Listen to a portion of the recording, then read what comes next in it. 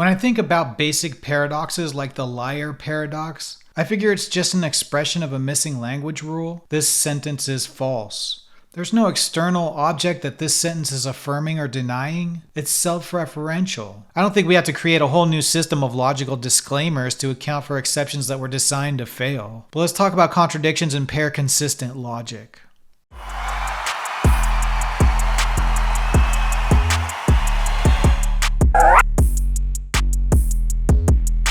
Dialetheism, the law of non-contradiction, and paraconsistent logic are philosophical and logical concepts that challenge traditional understandings of logic. They offer different perspectives on how to handle contradictions in reasoning.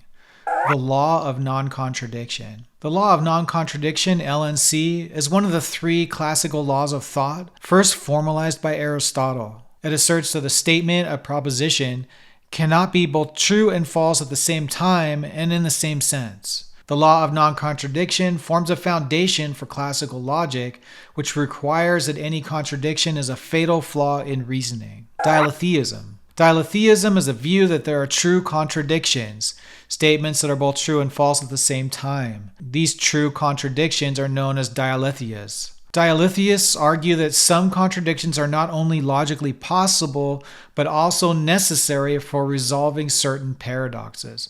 One of the more central motivations for dialetheism comes from paradoxes such as the liar paradox, where a statement like "this sentence is false" leads to a contradiction.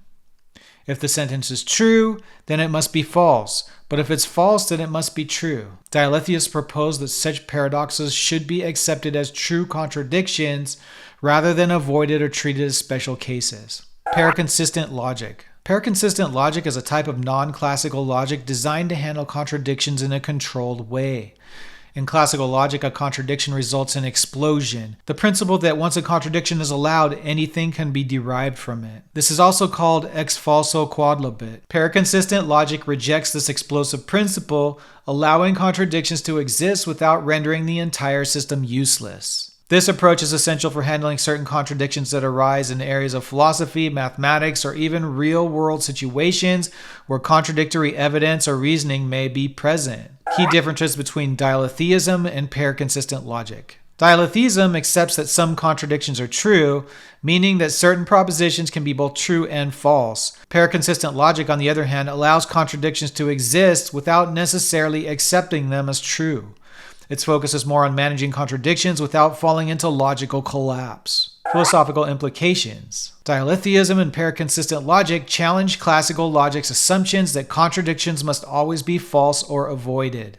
They open up the possibility of reasoning in situations where classical logic fails to provide satisfactory solutions, such as paradoxes, self-referential statements, and contexts where the data may be inconsistent. This has implications in areas like metaphysics, epistemology, and the philosophy of mathematics. Both dialetheism and paraconsistent logic present alternative frameworks for understanding how we can reason about contradictory information, offering a more flexible way to approach complex or paradoxical situations. Paraconsistent logics have been a topic of philosophical and logical debate, especially due to their challenge to classical logic. While they offer interesting alternatives for reasoning in the face of contradictions, they also are subject to significant criticism. Here are some of the main criticisms of paraconsistent logic. Undermining the law of non-contradiction. Critics argue that paraconsistent logics undermine the law of non-contradiction, which has been a foundational principle of classical logic since Aristotle. The law of non-contradiction is crucial for avoiding contradictions that lead to logical explosion. By rejecting the LNC or allowing contradictions, paraconsistent logic risks eroding the logical coherence of any system. Explosion problem. In classical logic, the principle of ex falso quodlibet,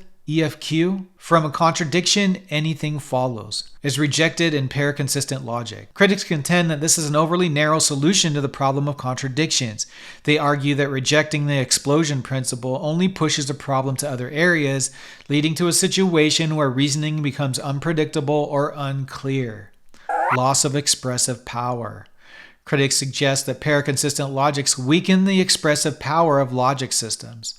In classical logic, contradictions are seen as fatal, and the system provides clear guidelines on how to handle them. Paraconsistent logics, by tolerating contradictions, may lose their ability to provide definitive answers or strong conclusions in the face of conflicting information. Practical application concerns. Some critics point to the potential impracticality of paraconsistent logics in everyday reasoning.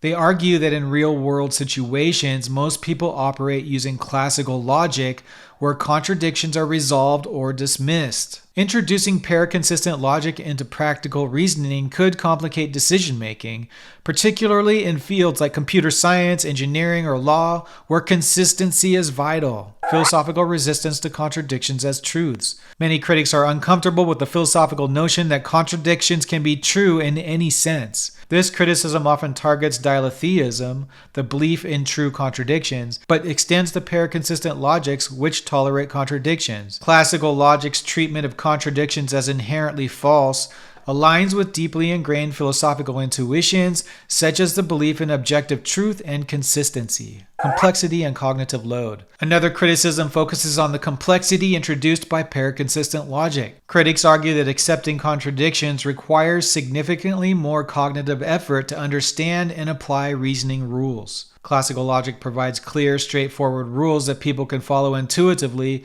whereas paraconsistent systems may introduce confusion. Alternative solutions to paradoxes. Some critics argue that paraconsistent logic is unnecessary because there are alternative solutions to paradoxes that do not involve rejecting classical logic's principles. For instance, hierarchical solutions to the liar paradox preserve the law of non-contradiction while resolving the paradox.